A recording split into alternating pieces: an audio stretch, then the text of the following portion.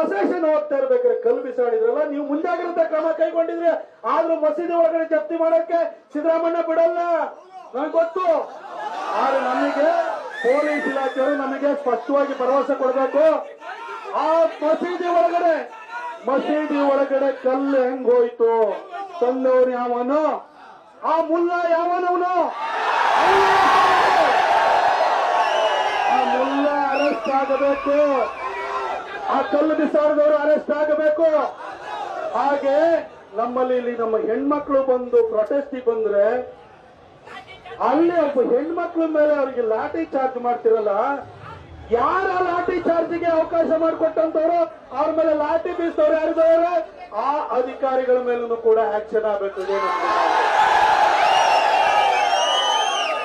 police ಇಲಾಖೆ ಮೇಲೆ ನಾವು ವಿಶ್ವಾಸ ಇಡಬೇಕು ಅಂತಂದ್ರೆ